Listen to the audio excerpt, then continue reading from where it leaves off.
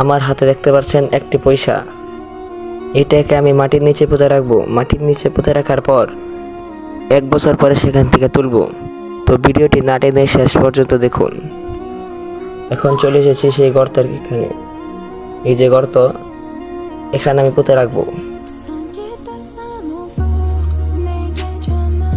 এখানে দিয়ে দিলাম। এখন মাটি দিয়ে ঢেকে দিব।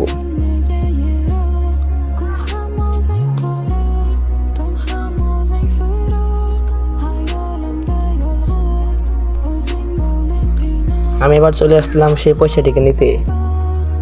এখানে সেই গর্তটি কোথায়? এই যে পেয়ে গিয়েছি। এই যে গর্তটি এখানে আছে, এখানে এখন খুঁড়তে হবে। এখন আমি খুঁড়ছি। আরে পয়সাটি তো আছে।